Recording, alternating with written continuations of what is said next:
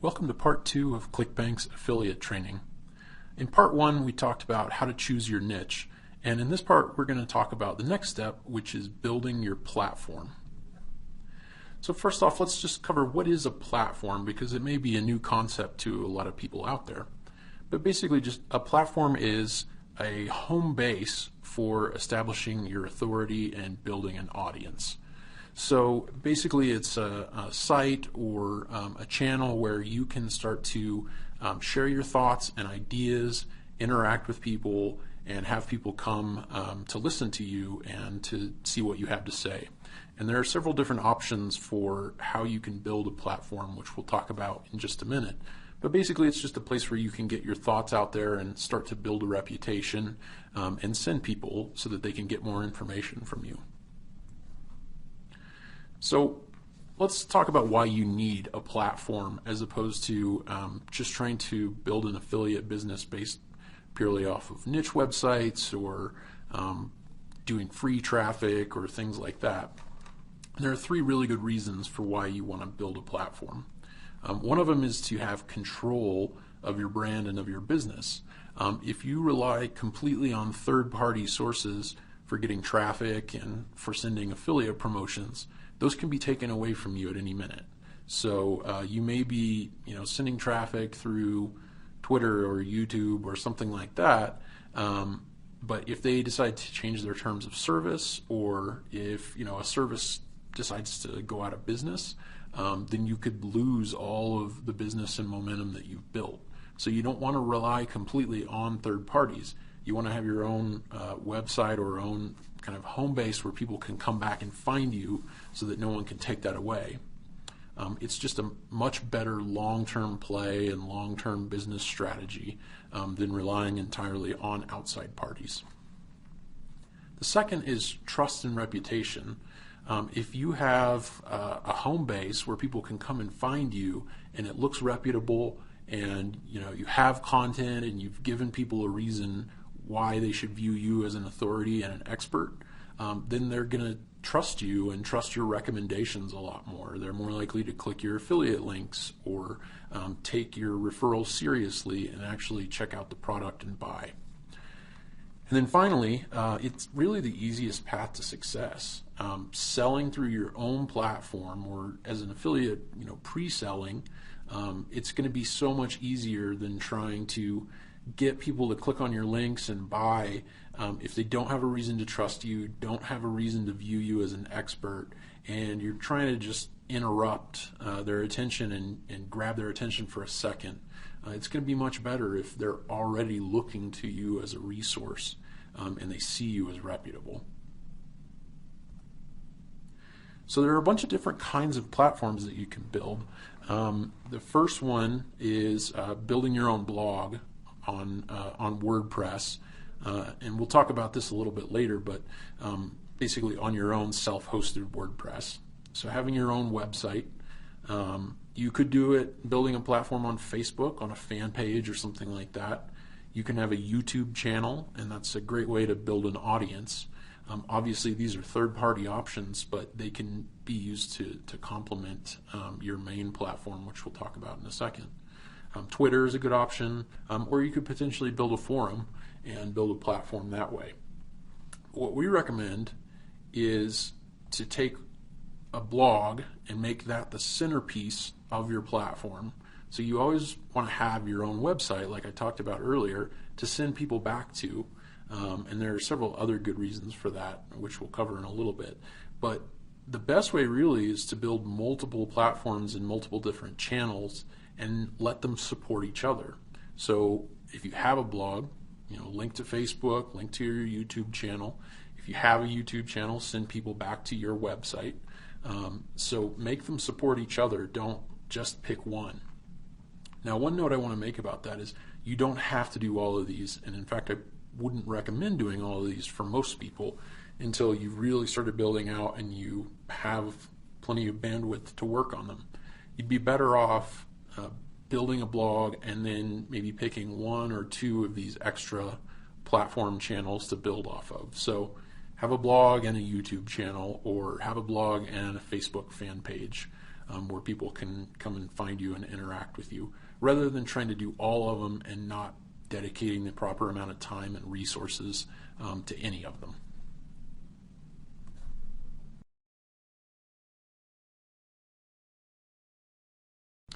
So now we're going to talk about 4 key steps in platform building.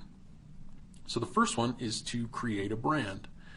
When you're building your platform, you really want to put some thought into what type of brand it's going to be and how you're going to present it to people. So one option is a personal brand. So some examples are Gary Vaynerchuk, who's huge in the social media and entrepreneurism space, Seth Godin, who's a really famous marketer, and Jillian Michaels, who's a very famous health and fitness person. She's a personal trainer. The other side of things is creating a business brand. So some examples would be something like dealseekingmom.com, Fit Sugar, which is a health site. So it's basically, do you want your name on it, or do you want it to be more of a, sort of anonymous company? And there are advantages to both.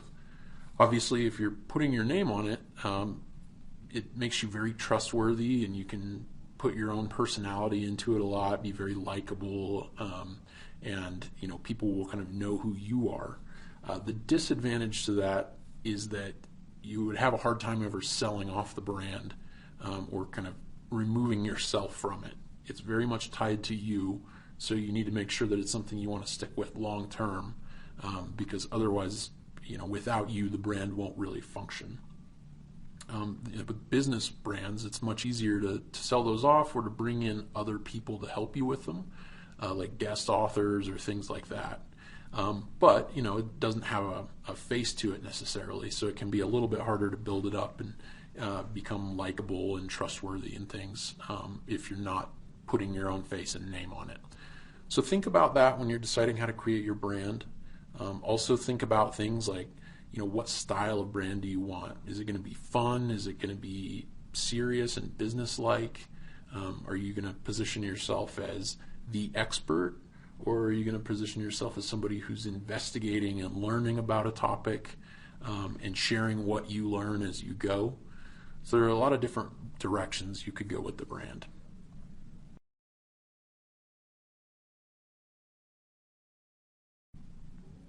The second step to building your platform is to get a domain name and to get web hosting.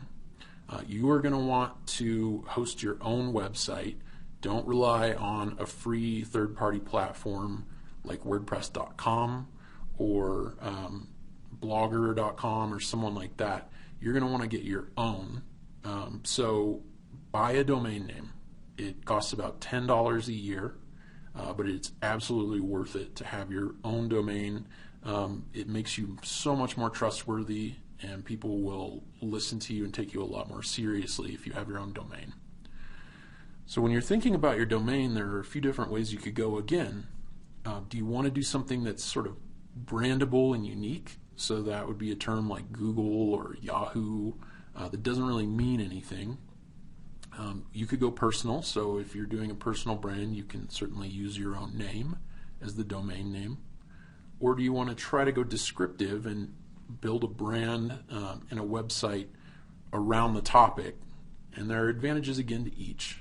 To brandable, it makes you really unique. You can try to make your brand into something that people are going to remember the name of, and you can be fun and creative with it.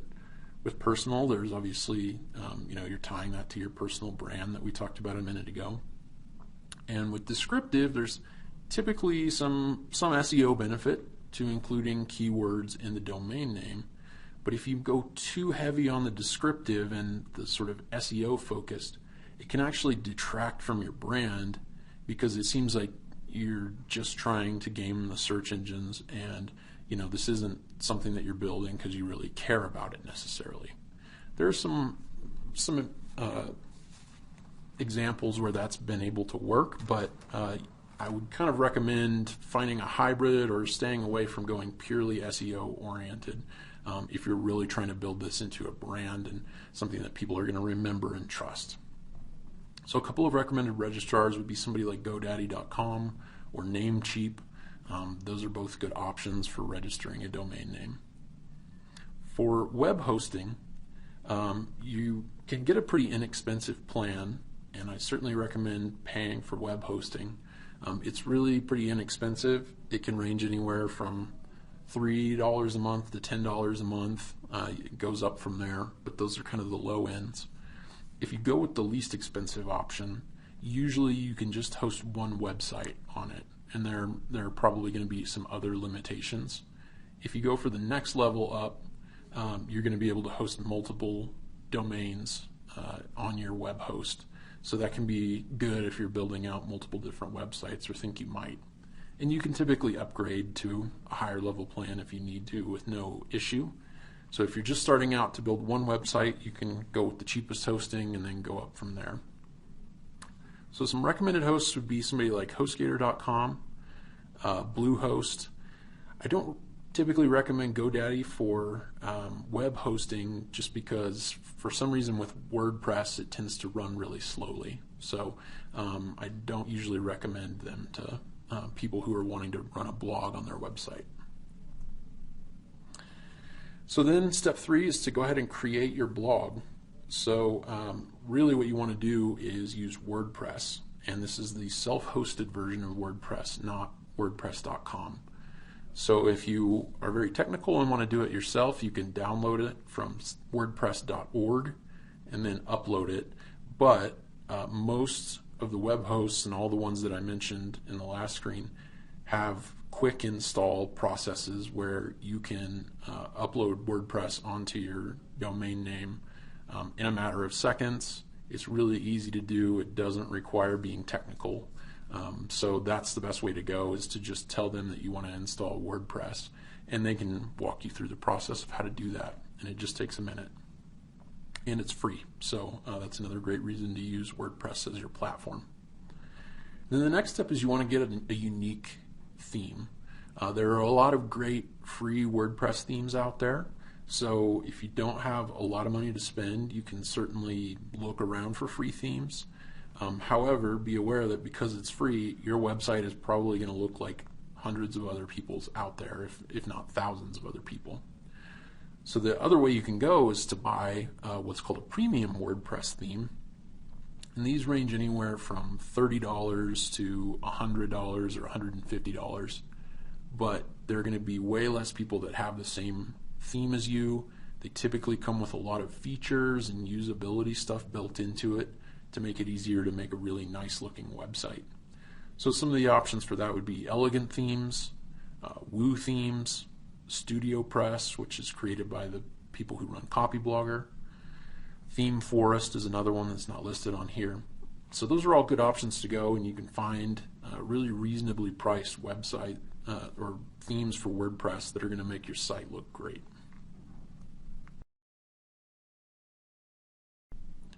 And finally, step 4 is to build a mailing list from the start. This is one of the things that so many affiliates don't do because it costs a little bit of money and they aren't confident that they're going to be able to get people to opt into their mailing list, and it causes them to leave a lot of money on the table in the long run. So you want to give people a way to subscribe to your website, for you to be able to reach out and contact them when you have news or you want to promote products. Email works so much better than hoping that people are going to see a particular blog post that you put up, or posting on Facebook or Twitter where it can get lost in the stream of all the social media stuff people have going on. So you want to build a mailing list as quickly as you can because, as the old saying goes, the money is in the list. That's where you're going to be able to really effectively and easily communicate with people from your platform. So some of the options for mailing providers are Aweber, GetResponse, and iContact. Typically these are pretty inexpensive. The starter level is usually under $20 a month. Aweber, I know, does a $1 trial for the first month, so you can get it going and try it out and start building your list, and it's a really inexpensive way to do it. So, all in between a domain, a couple months of web hosting, and getting an email provider, you're going to be somewhere in the range of $50 to $100 most likely. So for getting a business, and especially a long-term business set up, that's really, really inexpensive. So that's it for this video. In the next video, we're going to talk about how to start growing your audience. So I will see you there.